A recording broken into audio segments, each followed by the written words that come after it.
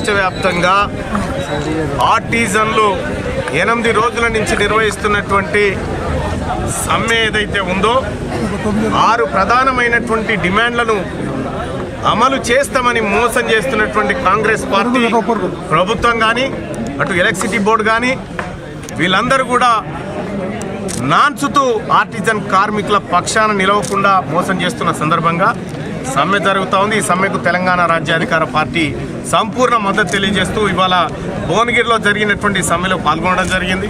మేము కానీ మా పార్టీ కానీ సంపూర్ణంగా ఆర్టిజన్ల సమ్మెకు మద్దతు తెలియజేసుకుంటూ రాబోయేటువంటి రోజుల్లో ఈ సమ్మెను మరింత ఉధృతం చేస్తాం.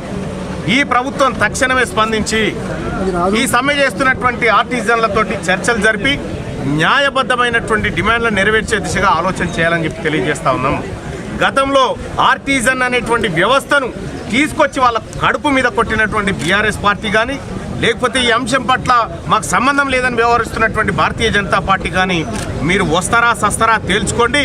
ఇది నిజంగా ఒక ప్రజా ఉద్యమంగా మారి రేపు ఈ రాష్ట్ర ప్రభుత్వాలను పెకిలించేటువంటి పరిస్థితి తెచ్చుకోవద్దని చెప్పి డిమాండ్ చేస్తూ తెలంగాణ రాష్ట్ర వ్యాప్తంగా ఎవరైతే ఆర్టిజన్లు సమ్మెలో ఉన్నారో వాళ్ళందరికీ మా సంఘీభావం తెలియజేసుకుంటూ ఈ ఉద్యమాన్ని మరింత శక్తివంతంగా ముందుకు తీసుకుపోయి మా హక్కులను మేము సాధించుకుంటాం.